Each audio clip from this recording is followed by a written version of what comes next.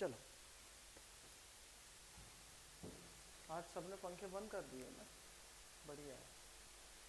चलो, तो आज का जो नया टॉपिक रहेगा हमारा वो क्या रहेगा, मध्य प्रदेश की मिट्टियाँ, सॉरी मध्य प्रदेश की नदियाँ।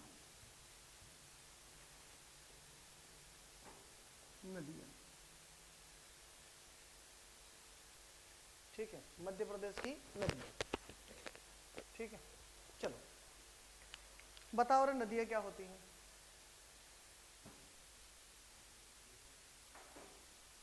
क्या समझते हो नदी से, क्यों कालू? हाँ, जीवन रेखा, ऐसा, ठीक है। और कोई? क्यों नहीं? हाँ, नदी देखी कि नहीं देखी? आपने सभी ने नदी तो देखी है ना, कम से कम देखी है ना, ठीक है ना। उसमें नहाए भी होंगे कभी ना कभी, तो गांव के लोग तो भयंकर कूद कूद के नहाते हैं, भले पानी कैसा भी हो। क्या करना आपने, नहाने से मतलब, ठीक है ना। तो देखो रे, आपने एक सिंपल सा एक सुना होगा, ठीक है ना, कि एक टीचर ने एक स्टूडेंट से पूछा, ठीक है, उसका नाम भी कालिया था, क्या बता रहे कालिया, कि गंगा कहाँ से निकलती है और कहाँ जाके मिलती है? तो कालिया क्या बोले कि सर ये जो गंगा है ना, घर का कहकर निकलती है और मंदिर के पीछे जाकर उस कालिया से मिलती है। मतलब ऐसा नहीं है, मैं तो बता रहा हूं। तो इसका मतलब क्या है कि कोई नदी कहां से तो निकलती होगी और कहीं जाकर मिलती होगी। इतना आपको समझ में आया?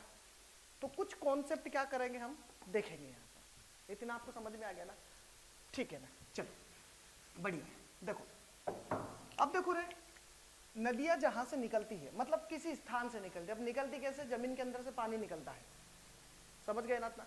अब जब जमीन के अंदर से जब पानी निकलता है ना, तो नदी क्या करती है, वहां से निकलती है और वो पानी बहते हुए आगे बढ़ता है। बढ़ता नहीं बढ़ता? बढ़ता है। और ये नदी जाकर किसी अन्य नदी में मिल जाती है। एक कंडीशन ये हो सकती है, या फिर एक कंडीशन ये हो सकती है कि वो जो नदी है समुद्र में जाकर मिल जाए, ठीक है ना। एक कंडीशन ये हो सकती है कि किसी झील में जाकर मिल जाए। मतलब अगर नदी अगर कहीं से निकल रही है तो पानी कहीं ना कहीं तो जाएगा, ये तो कंफर्म है। समझ में आया कि नहीं आया? ठीक है ना। तो देखो, जहां से नदियां निकलती है उसे बोला जाता है क्या, उसका उद्गम स्थल। क्या बोला जाता है उसका? उद्गम स्थल। इतना आपको समझ में आ गया? क्या बोला जाता है उसका? उद्गम स्थल। और जहां पर नदी किसी क्षेत्र में जाकर मिल जाती है तो उसे बोला जाता है वहां उसका क्या, अवसान। क्या बोला जाता है? अवसान। और नदी बिंदु मान लो ए से लेकर बी तक बहती है ना, तो इसे इसको बोला जाता है कि आपका अपवाह क्षेत्र। अपवाह या प्रवाह क्षेत्र या नदी मार्ग। इतना आपको समझ में आ गया कि नदियों का पानी जिस जिस एरिया में फैला होता है या जिस जिस एरिया से जाता है तो वो अपवाह क्षेत्र या प्रवाह क्षेत्र या मार्ग होता है, ठीक है ना। अब कोई नदी बिंदु ए से निकलेगी और बिंदु बी में जाकर मिल जाएगी तो उसको कुछ तो लंबाई होगी उसकी, ठीक है ना। मान लो इसकी कितनी लंबाई है, 100 किलोमीटर लंबाई है।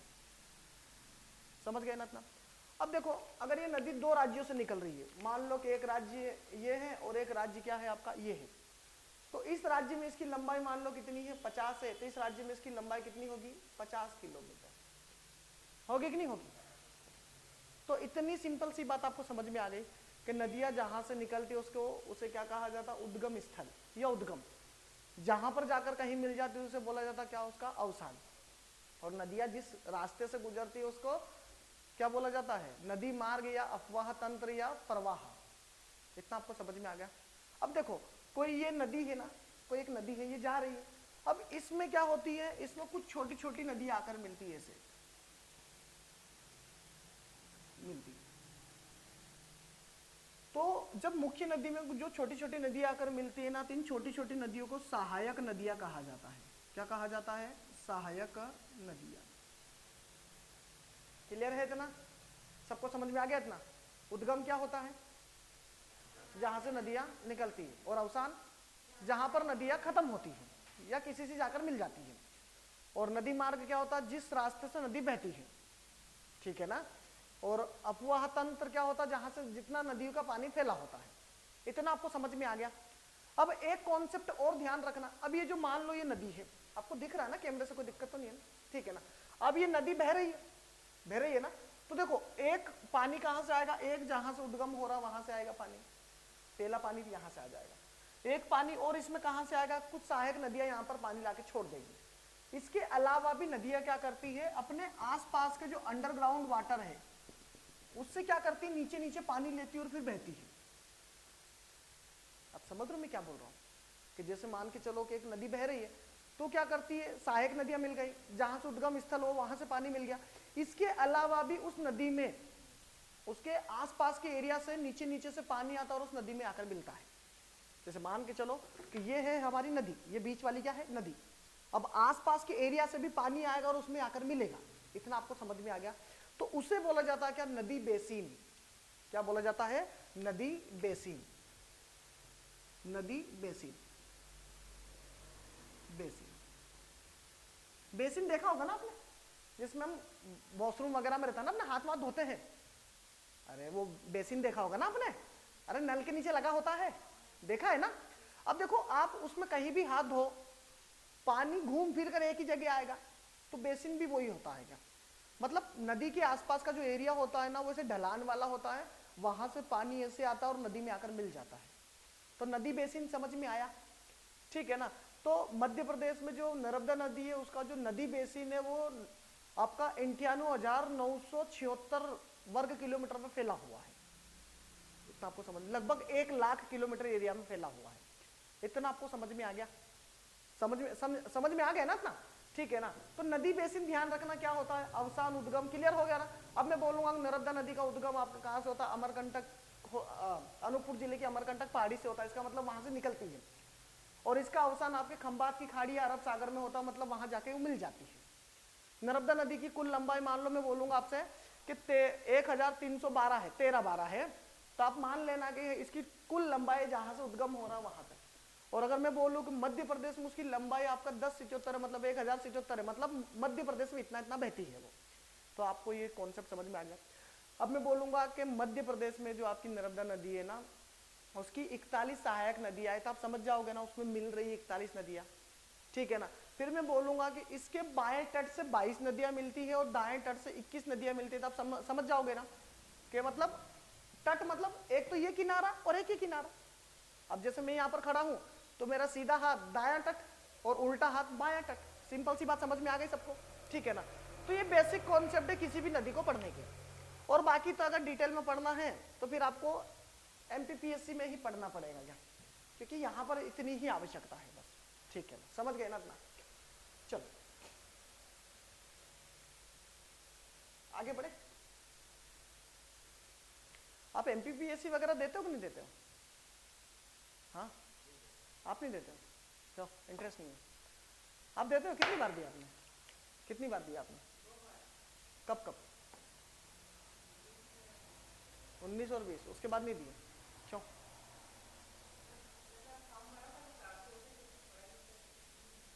अच्छा ऐसा है क्या, तो पिछले साल ही शादी हुई, तो अभी क्यों नहीं करते आप तैयारी, नहीं तो अब क्यों नहीं करते तैयारी आप, कांस्टेबल हो जाए ना, तो मेरा मानना है कि आप है ना एमपीपीएससी में एडमिशन ले लेना, या तो यही ले लो, सस्ते में काम हो जाएगा, ठीक है ना, और कंटेंट भी बेहतर मिल जाएगा, या फिर आप ऑनलाइन कोर्स परचेज कर लो, या फिर इंदौर चले जाओ, दिल्ली चले जाओ, इतना वहाँ तो नहीं जा सकते ना, ठीक है ना। तो अपने पास में एक ऑप्शन है, और इसमें क्या रहता है कि अगर आप एमपीपीएससी की एक बार तैयारी कर लोगे ना तो आपके लिए एसआई कांस्टेबल ये सब नॉर्मल बात हो जाएगी, ठीक है ना, ऐसा है क्या, नॉर्मल बात हो जाएगी। हमारे यहाँ के एमपीपीएससी के बच्चे है ना इतने कॉन्फिडेंट हो गए कि कांस्टेबल में फॉर्म ही नहीं भरना चाहते हैं क्या, क्योंकि अब इतनी बड़ी तैयारी कर रहे हो और कांस्टेबल का फॉर्म भरेंगे तो दिक्कत है क्या उनके लिए, ठीक है ना। और उनके लिए कांस्टेबल निकालना कोई बड़ी बात नहीं, बस उनको मैथ्स करना बैठ कर, अगर उन्होंने ईमानदारी से अगर मैथ्स कर लिया ना उनका कांस्टेबल भी क्लियर होगा और एसआई भी क्लियर होगा, क्योंकि उनको हम पूरा जीएस पढ़ा देंगे, जीएस वाला पोर्शन खत्म हो जाएगा, साथ ही हम पूरी इंग्लिश पढ़ा देंगे उनको, मैथ्स बेस तो ऑलरेडी उन्होंने पढ़ ही रखा है, तो चांसेस बढ़ जाएंगे जैसे, ठीक है ना। तो इस बार तो कांस्टेबल पे फोकस करो, नेक्स्ट टाइम आप देख लेना जैसा भी आपको उचित लगे, ठीक है। तो आगे बढ़े, चलो। तो आज से हम क्या करेंगे, हमारी मध्य प्रदेश की कुछ नदियों के बारे में अब हम पढ़ते हैं। तो ध्यान रखना, अब भारत में सबसे ज्यादा जो नदियां है वो किस राज्य में है, किस राज्य में है वो, मध्य प्रदेश में है। कितनी नदियां हैं मध्य प्रदेश में, 207 नदियां हैं मध्य प्रदेश में कुल।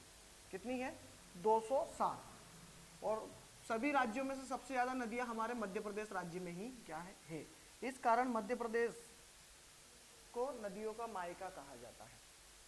तो मध्य प्रदेश में कुल कितनी नदियां हैं, तो 207, सबसे ज्यादा। ठीक है ना, सबसे ज्यादा नदियां होने के कारण इसे क्या कहा जाता है, मध्य प्रदेश को नदियों का मायका। अब अगर आप इसमें देखो कि मध्य प्रदेश की सबसे बड़ी नदी कौन सी है, तो मध्य प्रदेश की सबसे बड़ी नदी है कौन सी, आपकी नर्मदा। ठीक है ना। उसके बाद में दूसरी सबसे बड़ी नदी है जिसका नाम है क्या, चंबल, चंबल। तीसरी सबसे बड़ी नदी हमारी कौन सी, आपकी सोन, कौन सी, सोन। ठीक है ना। चौथी सबसे बड़ी नदी मध्य प्रदेश की जिसका नाम है क्या, आपका बेतवा। और पांचवी सबसे बड़ी नदी है जिसका नाम है आपका क्या, ताप्ती। तो इन 5 बड़ी नदियों के बारे में पहले हम पढ़ेंगे, फिर छोटी छोटी नदियां देखेंगे। इतना आपको समझ में आ गया। तो हम शुरुआत करेंगे किससे, आपके नर्मदा नदी से। ठीक है ना। अब देखो नर्मदा नदी कहाँ से निकलती है और कहाँ मिलती है। ठीक है, तो देखो यहां पर एक जिला है जिसका नाम है क्या, आपका अनूपपुर। ठीक है ना। तो अनूपपुर जिले की अमरकंटक पहाड़ी से यहां से नर्मदा नदी निकलती है। एक जगह है जिसका नाम है क्या, आपका मायकी बगिया। एक छोटा सा कुंड है अमरकंटक अनूपपुर में, वहां से निकलती क्या, आपकी नर्मदा नदी। ठीक है ना। ये नर्मदा नदी आपके अनूपपुर अमरकंटक से निकलती है और मध्य प्रदेश के 14 जिलों से होती हुई गुजरात में इंटर होती है, और गुजरात में इंटर होने के बाद में कहाँ चली जाती है, खंबात की खाड़ी में। ठीक है। अगर भारत के मैप से अगर हम इसे समझे, ठीक है,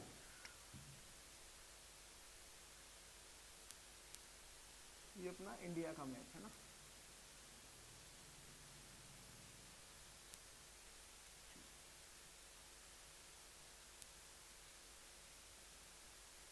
देखो ये इंडिया का मैप है ना। अब इंडिया के अगर मैप से समझे तो यहाँ पर अमरकंटक अनूपपुर से स्टार्ट होती है और ऐसे मध्य प्रदेश के बाद में महाराष्ट्र और एमपी की सीमा बनाते हुए, फिर उसके बाद में महाराष्ट्र और आपकी गुजरात की सीमा बनाते हुए कहाँ पर चली जाती है, खंबात की खाड़ी। इतना आपको क्लियर हो गया। ठीक है ना। इस नदी का जो उद्गम है टर्सरी युग में हुआ, तृतीय युग में हुआ। मतलब आज से लगभग ये 4 से 5 करोड़ साल पहले निकली थी ये नर्मदा नदी, और 4 से 5 करोड़ साल तक आज तक बह ही रही है। समझ गए ना आप। तो नर्मदा नदी बहुत पुरानी, लगभग 4 से 5 करोड़ साल पहले निकली थी तृतीय युग में। ठीक है ना। तब से लेकर आज तक बह ही रही है। अभी आपका जो सऊदी अरब और जो आपका इंडिया है उसके बीच में पाइपलाइन बिछेगी। उस पाइपलाइन में क्या होगा, आपका ट्रेन भी निकलेगी और उसके जस्ट नीचे से एक पाइपलाइन में से क्या होगा, नर्मदा नदी का पानी कहाँ जाएगा, सऊदी अरब, दुबई, सऊदी अरब जाएगा सॉरी, और वहां से पेट्रोल वगैरह जो रहेगा ना भारत में आएगा। ठीक है ना, समझ गए ना इतना। तो देखो नर्मदा नदी कहाँ से निकलती है, तो अनूपपुर के अमरकंटक में एक जगह है जिसका नाम है मायकी बगिया। क्लियर है इतना। अब देखो यहाँ से कितने जिलों से निकलती है, आपके 14 जिलों से गुजरती है। इंटरनेट पे आपको 16 जिले मिलेंगे, लेकिन कितने जिलों से गुजरती है, 16 जिले। पहला जिला आपको यहाँ पर मिलेगा जिसका नाम रहेगा आपका क्या, अनूपपुर। ठीक है ना। अनूपपुर के बाद में किस में जाएगी ये, डिंडोरी, डिंडोरी के बाद में मंडला, मंडला के बाद में जबलपुर। ठीक है ना। जबलपुर के बाद में नरसिंहपुर। अब नरसिंहपुर के बाद में यहाँ पर नीचे एक जिला मिलेगा जिसका नाम है क्या, आपका होशंगाबाद। ठीक है ना। होशंगाबाद से ऊपर कौन रहेगा, आपका सीहोर, सॉरी रायसेन, और रायसेन के बाद में कौन रहेगा, आपका सीहोर। क्लियर है इतना। उसके बाद में इंटर होगी किसमें, वो खंडवा में। किसमें होगी, खंडवा में। खंडवा के बाद में यहां पर ऊपर मिलेगा आपको कौन सा, देवास। कौन सा मिलेगा आपको, देवास, ये ऊपर। और यहां पर मिलेगा आपको कौन सा, हरदा, और यहां पर मिलेगा आपका खरगोन। खरगोन के बाद में ऊपर मिलेगा धार, और यहाँ पर मिलेगा कौन सा, आपका बड़वानी, और फिर कौन सा मिलेगा आपको, अलीराजपुर जिला। तो देखो एक जिला हो गया कौन सा हमारा, अनूपपुर। कौन सा जिला हो गया, अनूपपुर। दूसरा जिला कौन सा हो गया, डिंडोरी। तीसरा जिला हो गया मंडला। चौथा जिला हो गया कौन सा, जबलपुर। और 5वां जिला हो गया कौन सा, नरसिंहपुर, ठीक है ना। उसके बाद में छठा जिला कौन सा है हमारा, होशंगाबाद, ठीक है ना। सातवां जिला है हमारा रायसेन, आठवां जिला है कौन सा हमारा, सीहोर, ठीक है ना। नौवां जिला है हमारा कौन सा, खंडवा, कौन सा है, खंडवा। 10वां जिला है कौन सा हमारा, देवास। 11वां जिला है हमारा हरदा।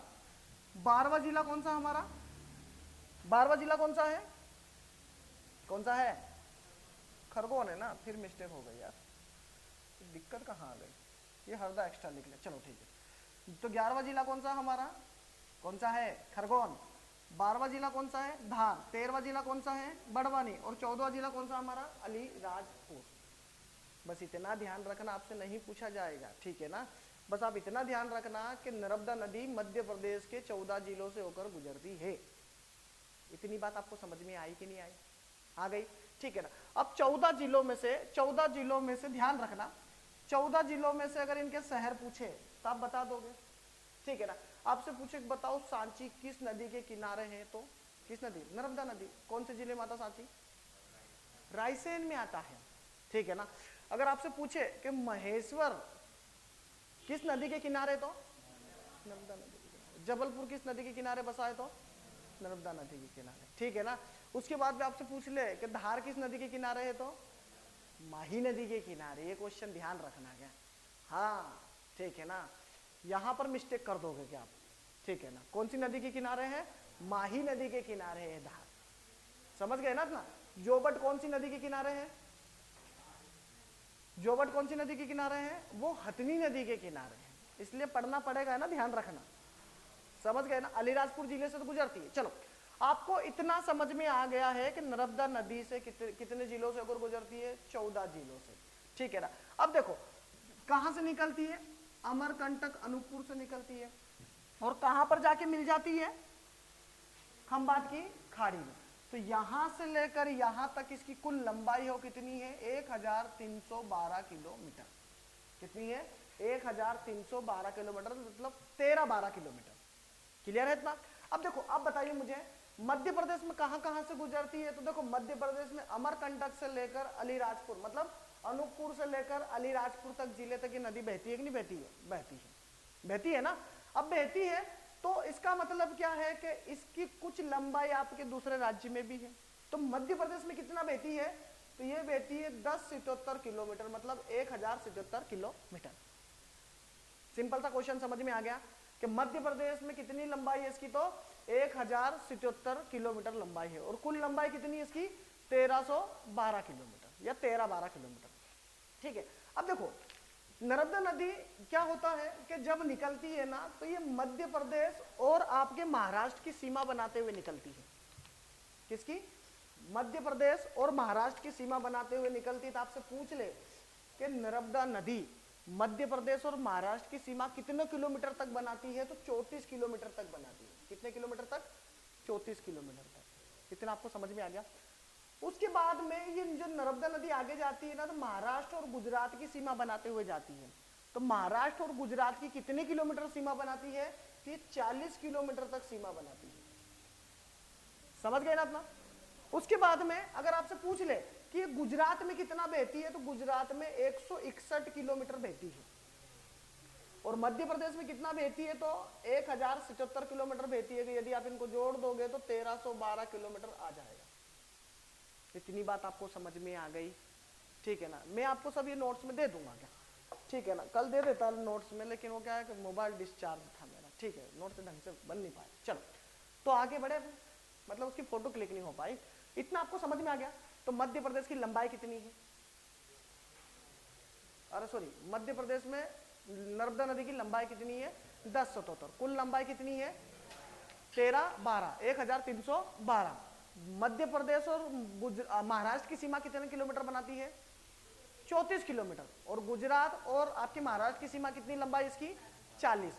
सूरत में कितना, आपके गुजरात में कितना किलोमीटर बहती है, 161 किलोमीटर। तो कुल लंबाई कितनी हो गई, 1312 किलोमीटर। इतना आपको समझ में आ गया। कहां से निकलती है, तो अनूपपुर अमरकंटक से निकलती है, और कहां पर मिल जाती है, खंबात की खाड़ी में मिल जाती है। क्लियर है इतना। अब देखो नर्मदा नदी है ना, ये मान के चलो कि भारत की सबसे पुरानी नदी है। ये बात ध्यान रखना, भारत की सबसे पुरानी नदी है, ठीक है ना।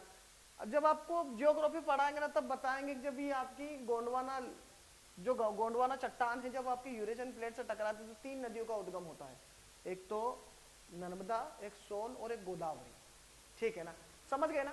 अब देखो दुनिया में सबसे पहले मनुष्य की उत्पत्ति इसी नर्मदा नदी के किनारे मानी जाती है। तो दुनिया में पहली बार जो मनुष्य आया था ना वो नर्मदा घाटी में ही बसा था, आपका नर्मदा सोन घाटी में ही बसा था। कितना पुराना था, तो दुनिया का जो पहला जो मनुष्य आया था उसके जो साक्ष्य मिले हैं वो 6 करोड़ साल पुराना था, ठीक है ना।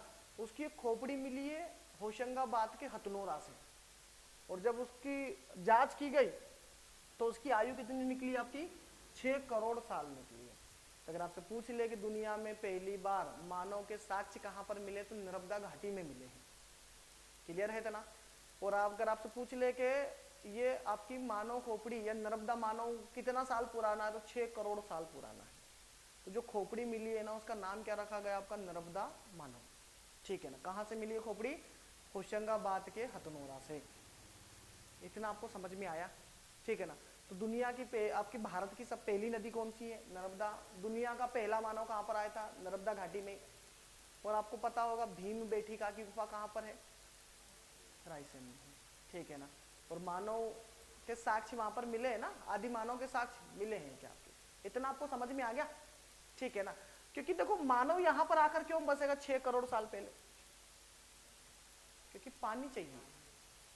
हम ऐसे स्थान पर कभी रहेंगे जहां पर पानी ना हो, नहीं रहेंगे ना। कहां पर रहेंगे हम, जहां पर पानी की सुविधा हो। ऐसा रूम कभी ढूंढोगे आप, ऐसा रूम कभी ढूंढोगे कि जहां पर पानी की कमी हो, नहीं ढूंढोगे ना।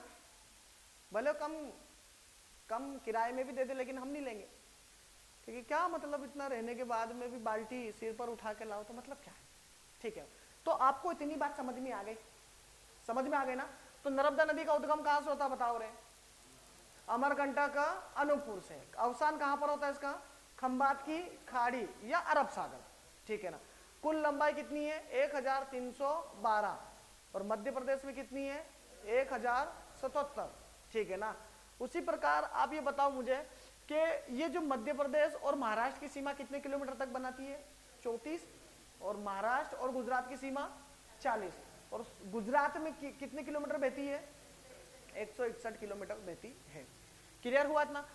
अब नर्मदा नदी की अगर आपसे कोई पूछ ले कि कुल कितनी सहायक नदियां हैं, तो कुल कितनी सहायक नदियां हैं 41 है। कितनी है 41। पहले का आंकड़ा देखोगे तो आपको 44 मिलेगी, लेकिन अभी कितनी है 41। अगर देखा जाए ना तो इसके बाएं तट से कितनी नदियां मिलती इसमें 22, और दाएं तट से कितनी नदियां मिलती इसमें 19, ठीक है। देखो अब नर्मदा नदी निकल रही यहां पर और जा रही क्या इधर, ठीक है ना। तो अगर ये देखा जाए तो देखो इसका बायां हाथ कौन सा होगा और दायां हाथ कौन सा होगा, ऊपर कौन सा होगा, बायां के दायां, दायां होगा ना, सही बोल रहे हो आप, क्यों प्रदीप, सिंपल सी बात है दायां ही होगा ना। ऊपर कौन सा होगा, बायां के दायां, दायां होगा, सीधा हाथ होगा। और नीचे की ओर कौन सा होगा, सिंपल सा है ना, कुछ नहीं है, अपन उसकी तरफ मुंह करके खड़े रह जाओ, ठीक है ना। तो देखो बायां तट कौन सा है, ये वाला कि ये वाला, ठीक है ना। और दायां तट ये है, तो दायां तट से कितनी नदियां मिलेगी 19, और बाएं तट से 22, बायां का 22, ठीक है ना। तो दाएं तट से कितनी सहायक नदियां मिलेगी आपकी 19, और दाएं तट से कितनी मिलेगी आप देखो, दाएं तट से मिलेगी 19 और बाएं तट से कितनी मिलेगी 22। क्लियर है इतना, ठीक है ना। अब हम क्या करेंगे, कुछ नर्मदा नदी की कुछ सहायक नदियों के क्या करेंगे हम नाम देखेंगे, ठीक है ना। अब इससे पहले हम देख लेते हैं क्या नर्मदा नदी के कुछ अन्य नाम है, क्या नाम है। तो इसका नाम है आपका क्या, नामोदास, ठीक है ना। अब नामोदास सबसे पहले क्यों लिखा, क्योंकि प्रसिद्ध इतिहासकार टॉलमी ने इसको नामोदास कहा है, ठीक है ना।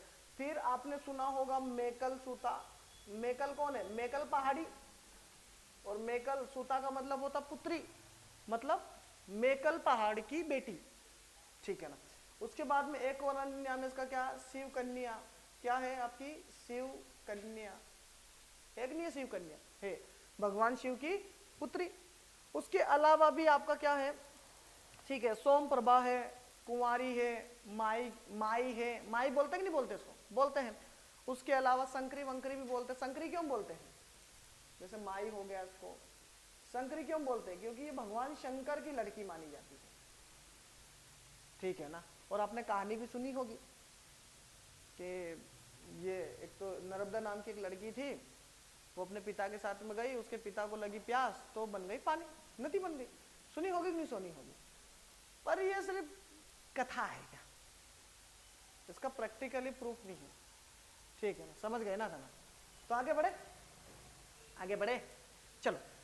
तो आपको नर्मदा नदी के बारे में बेसिक बेसिक जानकारी समझ में आ गई। लंबाई कितनी इसकी 1312, मध्य प्रदेश में कितनी 1077, मध्य प्रदेश और महाराष्ट्र की सीमा कितनी बनाती है 34 किलोमीटर, महाराष्ट्र और गुजरात की सीमा कितनी बनाती है 40 किलोमीटर, गुजरात में कितनी बहती है 161 किलोमीटर, कितने जिलों से गुजरती है 14, कुल सहायक नदियां कितनी 41, है ना, बाएं तट से 22 और दाएं तट से 19।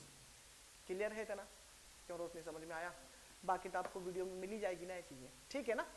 चलो अब हम क्या करते हैं, कुछ इसकी सहायक नदियों के नाम देखते हैं। कुछ टोटल कितनी सहायक नदियां इसकी 41, ठीक है ना। और बाएं तट से कितनी मिलती है 22, और दाएं तट से कितनी मिलती है 19, कितनी मिलती है 19, ठीक है ना। लंबाई कितनी कुल इसकी 13-12, कितनी है 13-12, ठीक है ना, कितनी है 13-12। और मध्य प्रदेश में लंबाई कितनी है 1077, मध्य प्रदेश और महाराष्ट्र की सीमा कितनी बनाती है 34 किलोमीटर, और गुजरात और महाराष्ट्र की सीमा कितनी 40 किलोमीटर, गुजरात में कितना बहती है 161 किलोमीटर। सबको समझ में आई ये बात, ठीक है। हम अब आगे बढ़ते हैं।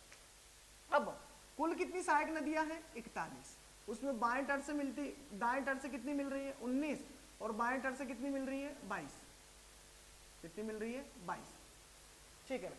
अब कुछ नदियों के नाम देखते हैं हम, किसके आधार पर, आपके जानवर के नाम पर, किसके नाम पर, जानवर के नाम पर।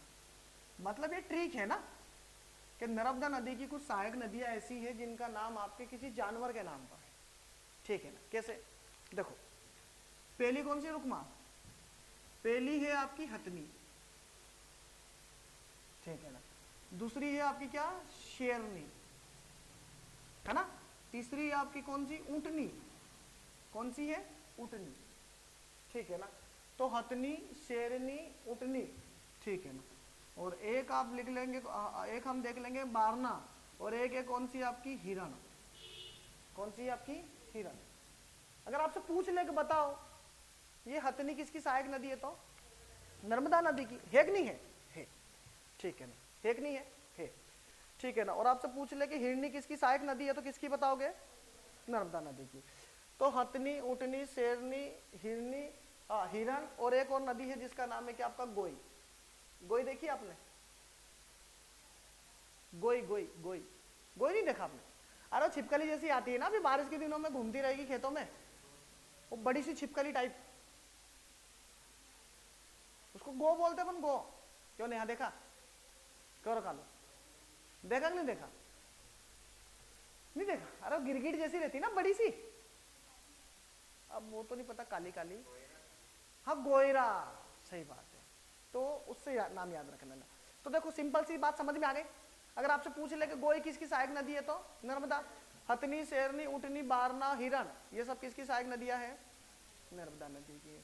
और किसके नाम पर ट्रिक बताई हमने आपको, किसके नाम पर, जानवरों के नाम पर।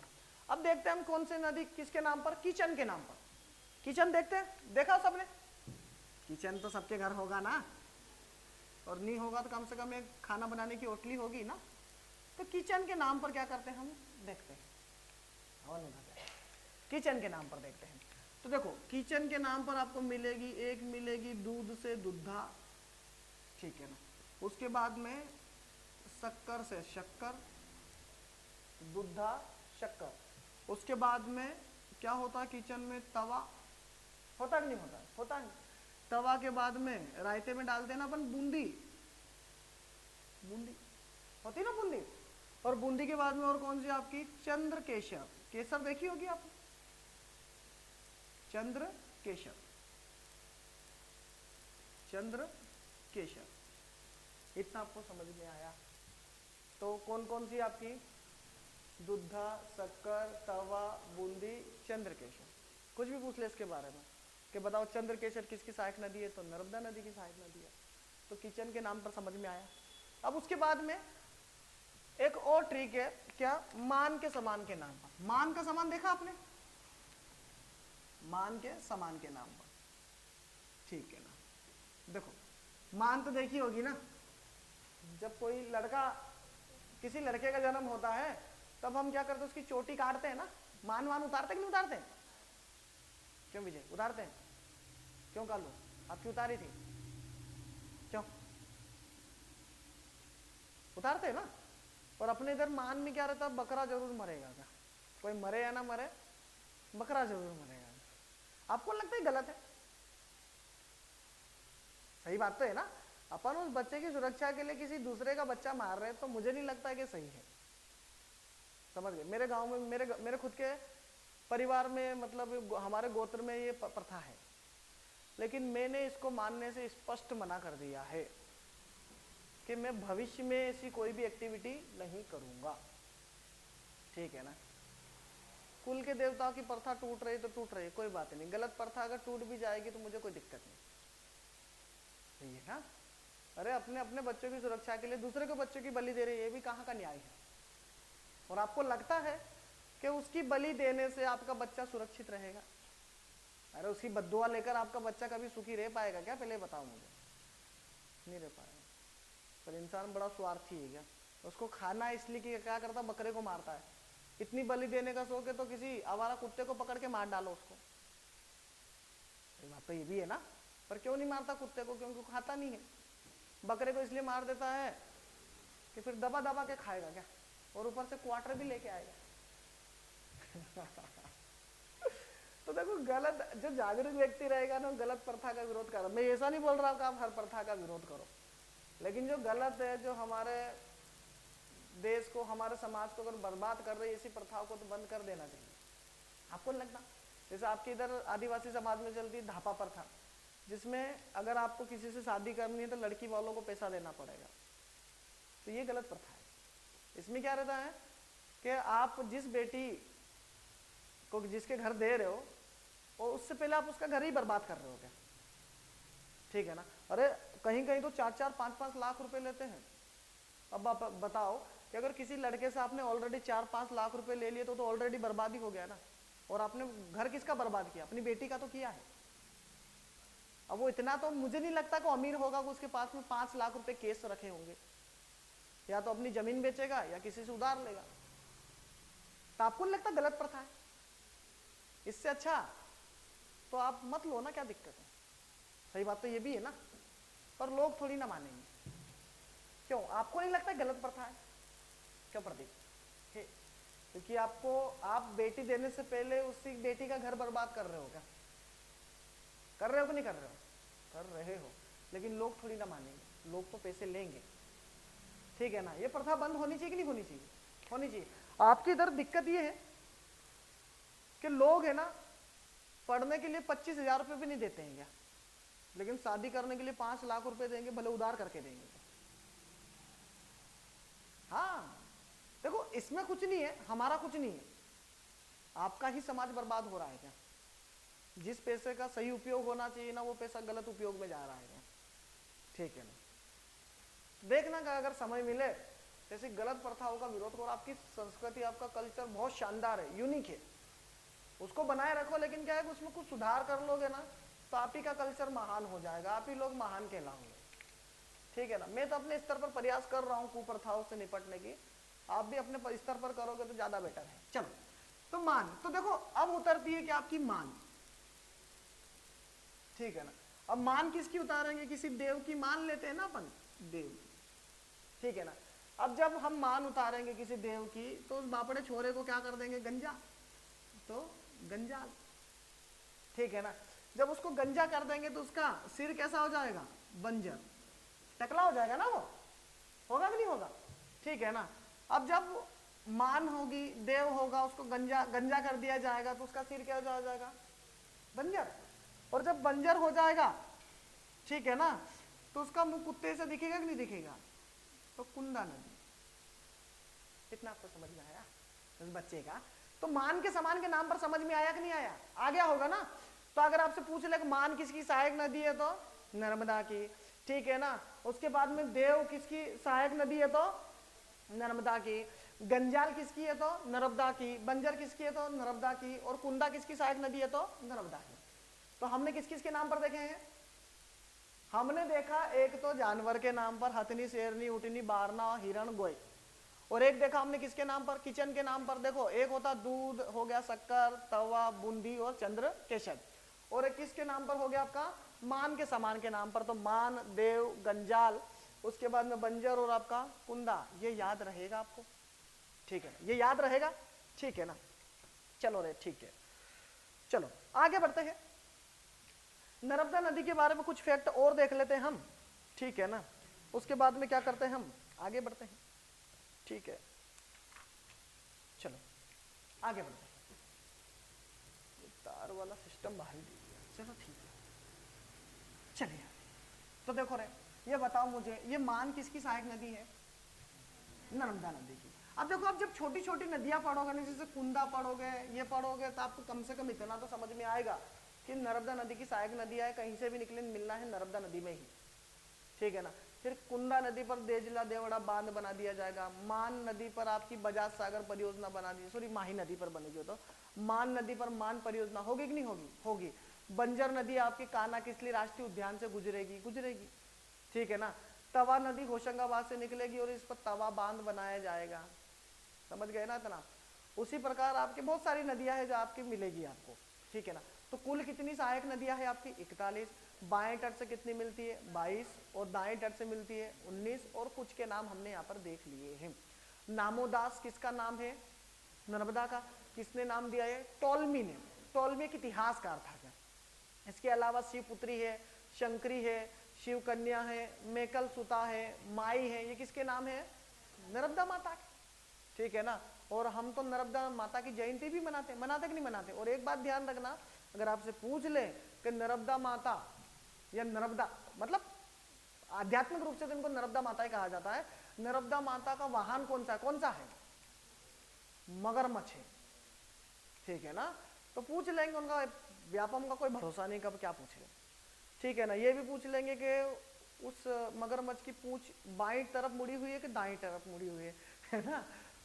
तो सेंसलेस क्वेश्चन पूछने का काम कौन करता? हमारा यही अपना, अभी उसका नाम क्या हो गया? मध्य प्रदेश कर्मचारी चयन मंडल हो गया ना, हाँ, ठीक है ना, हाँ उन्हें कर गया। चलो ठीक है, तो इतना आपको समझ में आ गया? समझ में आ गया? क्यों नहीं? हाँ समझ में आ गया ना, आ तो रहा है ना समझ में, ठीक है, बढ़िया है। देखो अब कुछ फैक्ट देखते हैं हम नर्मदा नदी के बारे में। देखो ठीक है, नर्मदा नदी बहुत बड़ी हो, मतलब पढ़ने में भी, इसलिए उसमें टाइम लगता है क्या थोड़ा सा, चलो कोई नहीं।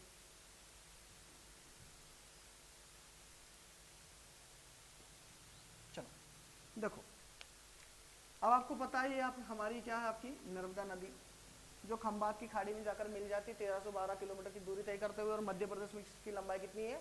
1077, ठीक है ना। और मध्य प्रदेश और महाराष्ट्र की सीमा कितने किलोमीटर तक बनाती है? 34। और महाराष्ट्र और गुजरात की 40। और गुजरात में कितनी बहती है? 161 किलोमीटर। कितने जिलों से गुजरती है? 14। कितनी सहायक नदियां हैं? 41। बाएं तट से 22 और दाएं तट से 19, ठीक है ना इतना, ठीक है। अब देखो आगे बढ़ते हैं अब अगर आपसे पूछ ले, देखो अब ध्यान रखना, ठीक है ना, कि अगर आपसे पूछ ले कि मध्य प्रदेश की ऐसी कौन सी नदी है जो पश्चिम की ओर बहती है, तो कौन सी नदी है? नर्मदा। कौन सी है? नर्मदा। क्योंकि ये जो दिशा है, अभी हम उल्टे डायरेक्शन में बैठे हैं, ये जो दिशा है ये पूर्व दिशा है, तो ये कौन सी होगी? पश्चिम, ठीक है ना, समझ गए ना अपना। और ये है ना अपने ढाल की विपरीत बहती है, मतलब ढाल इधर है लेकिन बहती किधर है? इधर। क्योंकि हमारा जो, अगर आप देखोगे ना, जैसे कि हमारा जो भारत देखोगे ना, तो हमारा ढाल है ना पूर्व, आपके जो पूर्व की ओर से ऐसा नीचा है और पश्चिम की ओर से उठा हुआ है, लेकिन ये जिसकी जस्ट अपोजिट बहती है। फिर से बताऊं मैं आपको, ठीक है ना। देखो ये हमारा जो, जैसे भारत है, अब भारत का पूर्व इधर है और पश्चिम किधर है? इधर है। तो पश्चिम की ओर से ऐसा उठा हुआ ऐसा, तो आप बताओ नदी ऐसे बहनी चाहिए ना, ऐसे, लेकिन ये नदी ऐसे बहती है, ढाल के अपोजिट बहती है। कौन? आपकी नर्मदा नदी। समझ में आया? ठीक है ना। मध्य प्रदेश की 2 ही ऐसी नदियां हैं, नर्मदा और ताप्ती, जो ढाल के विपरीत बहती है, बाकी सबकी सब इधर ही बहेगी, ध्यान रखना। इतना आपको समझ में आ गया? क्लियर है इतना? और कुछ उत्तर की ओर बहती है। चलो, तो नर्मदा नदी क्या करती है आपकी? पश्चिम से पूर्व की ओर बहती है, पूर्व से पश्चिम की ओर, पूर्व से पश्चिम की ओर। क्लियर है इतना? उसके बाद में देखो, अब नर्मदा नदी जहां पर, यहां पर कौन है आपका? गुजरात है, खंबात की खाड़ी है ना, अभी तो बताया हमने आपको, जैसे कि ये है हमारा भारत। ठीक है, अब देखो नर्मदा नदी कहां से बहेगी? यहां से बहेगी और यहां पर आकर मिल जाएगी। अब ये यहां पर क्या है? समुद्र है। क्या है यहाँ पर? समुद्र है। ठीक है ना। अब ध्यान रखना, अगर कोई नदी अगर किसी समुद्र में जाकर मिल रही है और यहां पर अगर कीचड़ है, क्या है? कीचड़, तो डायरेक्ट जाके नहीं मिलेगी, ये ऐसी कीचड़ में जाकर ऐसी नालियों के रूप में टूट जाएगी और फिर कहीं जाकर समुद्र में जाकर मिलेगी। आप समझ गए मैं क्या समझाना चाहता हूं? कि अगर कोई नदी अगर जा रही है और उसके जहां पर वो मिल रही है वहां पर कीचड़ है, तो डायरेक्ट नहीं मिलेगी, फिर उसकी जो शाखा है छोटी छोटी, उसकी जो शाखा है ना बढ़ जाएगी ऐसे से। ठीक है ना। और अगर जहां पर ये मिल रही है वहां पर क्या है? वहां पर है आपका क्या? पत्थर। तो नर्मदा नदी बिना शाखाओं में, या कोई भी नदी बिना शाखाओं में डिवाइड हुए डायरेक्ट आपको समुद्र में मिल जाएगी। जैसे आपने देखा होगा कभी कच्ची नाली, सड़कों पर कभी कभी लोग कपड़े धोते हैं तो पानी किधर भी चला जाता है ना, लेकिन अगर पक्की नाली में से गुजरेगा तो जहां जाना है वहीं पर जाके गिरेगी ना। तो सेम ऐसा है क्या? तो ध्यान रखना, जहां पर नदी जब समुद्र में मिलती हो, अगर वहां पर मिलने से पहले वो कीचड़ बनाती है, तो इस कीचड़ को कहा जाता है डेल्टा। क्या कहा जाता है? डेल्टा। इतना आपको समझ में आया कि अगर नदी अगर कहीं मिल रही है और वहां पर क्या है? कीचड़ है, तो उस एरिया को क्या कहा जाएगा? कीचड़ वाले एरिया को डेल्टा। तो नर्मदा नदी, ठीक है, इतना आपको समझ में आ गया कि जहां पर नदी मिलती है और वहां पर कीचड़ होता है तो उसे क्या कहा जाता है? डेल्टा। सेम अगर कोई नदी अगर बिना कीचड़ बनाए डायरेक्ट समुद्र में गिर रही तो उसे बोला जाएगा क्या? एस्चुरी। क्या बोला जाएगा? एस्चुरी। और इसको हिंदी में बोलते हैं ज्वारदमुख। ज्वारदमुख।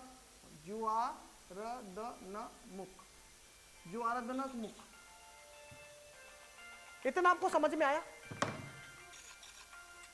इतना आपको समझ में आया? तो ज्वारदमुख क्या होता है? ज्वारदमुख क्या होता है? कि जब नदियां डायरेक्ट समुद्र में मिलती है बिना कीचड़ बनाए तो इसे बोला जाता है क्या? एस्चुरी। तो नर्मदा नदी एस्चुरी का निर्माण करती है। समझ में आई बात? मतलब ये गुजरात के तट पर क्या होता है? पत्थर ही पत्थर है, इसलिए बिना कीचड़ बनाए डायरेक्ट समुद्र में जाकर मिल जाती है। तो इस प्रकार के स्ट्रक्चर को एस्चुरी कहा जाता है।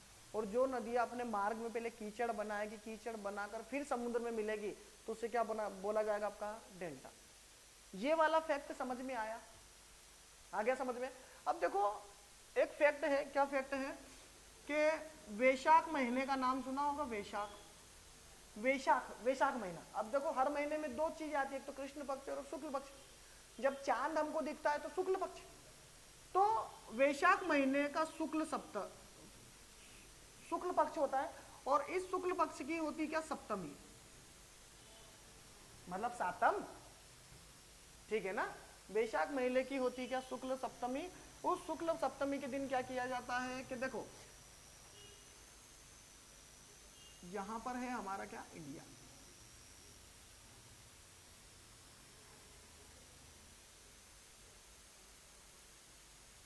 ठीक है, यह है इंडिया और यहां पर है हमारा क्या? मध्य प्रदेश। ठीक है, अब देखो यहां से एक नदी बह रही है जिसका नाम है क्या? गंगा। और यहां पर एक नदी बह रही है जिसका नाम है क्या? नर्मदा। बह रही है। समझ में आ गया सभी को? अब ध्यान रखना कि वैशाख महीने की शुक्ल सप्तमी के दिन ऐसा माना जाता है, क्या माना जाता है? कि जो गंगा नदी का पानी है ना वो नर्मदा नदी में आता है। किसका पानी? गंगा नदी का पानी किस में आता है? नर्मदा नदी में आता है। इस कारण इस दिन को गंगा और आपका नर्मदा का मिलन इस दिन क्या होता है, गंगा और नर्मदा का क्या होता है, आपका मिलन होता है क्या? इतनी बात आपको समझ में आ गई। अगर आपसे पूछ ले कि गंगा और नर्मदा का मिलन किस दिन होता है, तो वैशाख महीने की शुक्ल सप्तमी के, मतलब शुक्ल सप्तमी के दिन आपका इनका क्या होता है, गंगा का पानी किस में आता है, नर्मदा में आता है। अब आता है या नहीं आता है, इसी दिन क्यों आता है, वो तो पता नहीं, पर फैक्ट है। तो फैक्ट समझ में आया। तो किस दिन, वैशाख महीने की शुक्ल सप्तमी के दिन यहां पर पानी आता है। क्लियर है इतना? इतना आपको समझ में आ गया। चलो अभी मिटा दे इसको। चलो अब कुछ घाट है, ठीक है ना, जैसे कि एक मिलेगा आपको कौन सा, आपका गौरी घाट, और एक मिलेगा आपको कौन सा, बरमान घाट। तो देखो यहां पर एक जिला है जिसका नाम है क्या, आपका जबलपुर, ठीक है। तो जबलपुर में घाट, सुना घाट, घाट देखा है? अरे नदियों से लगा हुआ ऐसा एरिया है जहां पर सीढ़ियां वीढ़ियां होती है, देखा होगा ना आपने, नहीं देखा क्या? महेश्वर घाट देखा है आपने? हाँ, तो सेम ऐसा। तो देखो अलग अलग घाट है, एक है आपका कौन सा, गौरी घाट, कहां पर है ये, जबलपुर में। कहां पर है, जबलपुर, ठीक है ना। और एक घाट और है जिसका नाम है आपका क्या, ठीक है ना, बरमान घाट। कौन सा घाट, बरमान घाट। बरमान घाट कहां पर है ये, नरसिंहपुर में। कहां पर है ये, नरसिंहपुर में है। एक मिलेगा आपको सेठानी घाट,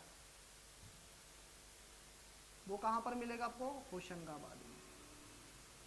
कौन सा घाट, सेठानी घाट, कहां पर मिलेगा, होशंगाबाद में। और एक घाट मिलेगा कहां पर, खरगोन में, जिसका नाम है क्या, महेश्वर घाट। महेश्वर घाट। अब महेश्वर घाट की सबसे बड़ी विशेषता क्या है कि ये मध्य प्रदेश का सबसे बड़ा घाट है, जिसका निर्माण किसने कराया था, अहिल्याबाई होलकर ने करवाया था, ठीक है ना।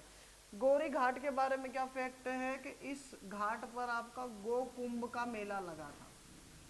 क्या लगा था, गोकुंभ का मेला। तो आपको ये बात समझ में आई। नर्मदा नदी क्या बताओ, डेल्टा का निर्माण करती है, एस्चुरी का, एस्चुरी का। क्लियर है इतना?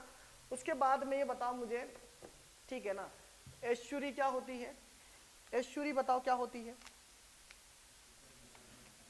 जहां पर कीचड़ कोई नदी कीचड़ का निर्माण ना करते हुए किसमें मिल जाती है, डायरेक्ट समुद्र में मिल जाती है। क्लियर है इतना? चलो अब हमारे शिवराज सिंह मामा ने क्या किया था, 11 दिसंबर 2016 को, ठीक है ना, 11 दिसंबर 2016 को इन्होंने क्या की थी, नर्मदा सेवा यात्रा प्रारंभ की थी। कहां से, आपके अनूपपुर अमरकंटक से। ध्यान रखना कहां से, अनूपपुर अमरकंटक से। कब, आपका 11 दिसंबर 2016, ठीक है ना। मतलब हमारे शिवराज सिंह चौहान जो है वो यहाँ ऐसे चले थे, नर्मदा परिक्रमा बोलते हैं इसको, ठीक है ना। तो नर्मदा यात्रा तो ऐसे चलते चलते चलते चलते कहां पर आए, तो ये आए हमारे अलीराजपुर जिले में। और अलीराजपुर जिले में कौन सा गांव, तो उसका नाम है सोंडवा। सोंडवा धार जिले में आता है ना, ठीक है ना, हाँ धार जिले में आता, धार जिले तक आए थे सोंडवा में, सोंडवा तक आए थे। कब आए थे यहाँ पर सोंडवा में, 5 मई 2017 को पहुंच गए थे। कौन, आपके शिवराज सिंह चौहान, हमारे मध्य प्रदेश के माननीय मुख्यमंत्री। कौन, आपके शिवराज सिंह चौहान। अब इतने दूर तक जब ये आए और आने के बाद में जब यहां से घूमे, ठीक है ना, और घूमने यहां पर नहीं आए थे, यहां सोंडवा आए और सोंडवा से वापस क्या हो गया, आपके मुड़ गए, और मुड़ने के बाद वापस कहां पर पहुंच गए, वो अमरकंटक। तो उन्होंने नर्मदा नदी का एक चक्कर लगाया कि नहीं लगाया, लगाया, ठीक है। कितने दिनों में, कब पहुंच गए थे ये वापस यहाँ पर, जहां से निकले थे 5 मई को। कब निकले, पहुंच गए थे 5 मई 2017 को। कुल कितने दिनों की यात्रा थी इसकी, 148 दिनों की इन्होंने क्या करी थी, यात्रा करी थी, यहां से लेकर यहां तक। तो इसे बोला जाता नर्मदा सेवा यात्रा। कितने दिनों की थी, 148 दिनों की। तो शिवराज सिंह जो चौहान है हमारे मध्य प्रदेश के मुख्यमंत्री, वैसे पैदल पैदल चलते हैं, ठीक है ना। तो इस कारण इनका उपनाम है पग पग वाले भैया। तो पूछ ले कि मध्य प्रदेश के किस मुख्यमंत्री को पग पग वाले भैया कहा जाता है, तो शिवराज सिंह चौहान। इतना आपको समझ में आया। तो नर्मदा सेवा यात्रा कब शुरू हुई थी, तो 11 दिसंबर 2016, और खत्म कब हुई थी, 5 मई 2017। कुल कितने दिनों की यात्रा थी? 148 दिनों की यात्रा थी, ठीक है ना। और किसने ये यात्रा की थी? हमारे मुख्यमंत्री किसने? आपके शिवराज सिंह चौहान ने। इतना आपको समझ में आ गया, ठीक है ना। तो नर्मदा सेवा यात्रा क्या है समझ में आ गया। अब ये बताओ मुझे, गौरी घाट कहां पर है? तो जबलपुर में। बरमान घाट कहां पर है? नरसिंहपुर में। यहाँ पर बरमान का मेला भी लगता है। उसके बाद में आपका नेक्स्ट कौन सा घाट है? सेठानी घाट कहां पर है? होशंगाबाद में, ठीक है ना। और आपका महेश्वर घाट कौन सा है? कहां पर है? खरगोन में। मध्य प्रदेश का सबसे लंबा घाट कौन सा है? महेश्वर। या सबसे बड़ा है, सबसे लंबा कौन सा घाट है आपका? महेश्वर। इतना आपको समझ में आ गया। अब ध्यान रखना, एक फैक्ट और लास्ट बचा है। क्या फैक्ट है वो? ठीक है ना, कि जो नर्मदा नदी है वहां पर एक स्पेशल टाइप की मछली पाई जाती है जिसका नाम है क्या? आपका महाशीर। क्या विशेषता महाशीर की? ये मध्य प्रदेश की राजकीय मछली है। कैसी मछली है? मध्य प्रदेश की राजकीय मछली है, ठीक है ना, जो सिर्फ और सिर्फ आपके नर्मदा नदी में ही पाई जाती है, और नर्मदा नदी के भी स्वच्छ जल में। इतना आपको समझ में आया। तो मध्य प्रदेश की जो राजकीय मछली है, क्या नाम उसका? महाशीर। वो किस नदी में मिलेगी आपको? नर्मदा में, ठीक है ना। तो नर्मदा नदी मध्य प्रदेश की सबसे बड़ी नदी है। मध्य प्रदेश को नदियों का मायका कहा जाता है। क्यों कहा जाता है? कितनी नदियां कुल यहाँ पर? 207 नदियां हैं, ठीक है ना। इस कारण मध्य प्रदेश को क्या कहा जाता है? नदियों का मायका। मध्य प्रदेश की सबसे बड़ी नदी, सबसे लंबी नदी या सबसे बड़ी नदी कौन सी है? नर्मदा। नर्मदा की कुल लंबाई कितनी? 1312। मध्य प्रदेश में कितनी बहती है? 1077। मध्य प्रदेश और महाराष्ट्र की सीमा कितनी बनाती है? 34 किलोमीटर, ठीक है ना। अब ध्यान रखना है, 34 किलोमीटर जो सीमा बनाती है इसको काउंट किया जाता है महाराष्ट्र में, ना कि मध्य प्रदेश में, है ना। नहीं तो आप बोलोगे कि सर ऐसा नहीं है, वो उसकी सीमा में आती है। क्लियर है इतना? उसके बाद में आपके गुजरात और महाराष्ट्र की सीमा कितने किलोमीटर? 40 किलोमीटर। गुजरात में कितनी बहती है? 161 किलोमीटर, ठीक है ना। कितने जिलों से गुजरती है? 14। कुल कितनी सहायक नदियां हैं? 41। बाएं तट से 22, दाएं तट से 19, ठीक है। उसके बाद में मान के समान के नाम पर कौन सी है? देव की। देखो मान है, मान किसकी उतारते हैं? देव की। तो क्या करते हैं? गंजा। तो गंजा करते तो उसका सिर कैसा हो जाता है? बंजर। और उसका मुंह कैसा दिखता है? जैसा भी कुंदा, ठीक है ना। जानवर के नाम पर कौन कौन सी है? हथनी, शेरनी, उटनी, बारना, हिरण और गोई, ठीक है ना। किचन के नाम पर कौन कौन सी है? दूधा, शक्कर और तवा, बूंदी और चंद्र केशर, ठीक है ना। मध्य प्रदेश की सिर्फ 2 ही नदियां जो पश्चिम की ओर बहती है, कौन कौन सी? नर्मदा और ताप्ती। नर्मदा नदी किसका निर्माण करती है? एस्चुरी का। करती कि नहीं करती है? करती है, ठीक है ना। नर्मदा सेवा यात्रा किसने की थी? हमारे मुख्यमंत्री शिवराज सिंह चौहान ने। कब शुरू की थी? 11 दिसंबर 2016 को। और पूरी कब हो गई थी? 5 मई 2017। कुल कितने दिनों की थी? 148 दिनों की। गौरी घाट कहां पर है? जबलपुर में, ठीक है ना। बरमान घाट कहां पर है? नरसिंहपुर में।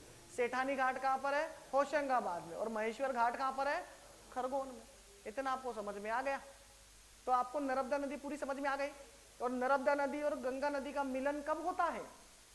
वैशाख महीने की शुक्ल सप्तमी के दिन होता है, ठीक है ना। और महाशीर मछली कौन से आपके नदी में पाई जाती है? नर्मदा नदी में पाई जाती है। तो उम्मीद है कि आपको नर्मदा नदी के बारे में जानकारी समझ में आई होगी। कल हम 4 नदियां और देख लेंगे, ठीक है ना। अवसान ये वो समझ में आ गया होगा सभी को, ठीक है ना। तो मैं आपकी 2 मिनट में सबसे पूछ लूं, बताओ रोशनी, मध्य प्रदेश की जो नर्मदा नदी है इसकी लंबाई कितनी है? 13,000। कितनी है प्रदीप? नर्मदा नदी की कुल लंबाई कितनी है? कितनी है? 1312 किलोमीटर। बताओ विजय, ये कितने मध्य प्रदेश में कितनी बहती है? 1077। बताना कालू। नर्मदा नदी किसका निर्माण करती है? एस्चुरी का, डेल्टा का? एस्चुरी का निर्माण करती है, ठीक है ना। आप बताना, आप ये बताइए मुझे कि जो नर्मदा नदी है इसकी कुल कितनी सहायक नदियां हैं? 41 है।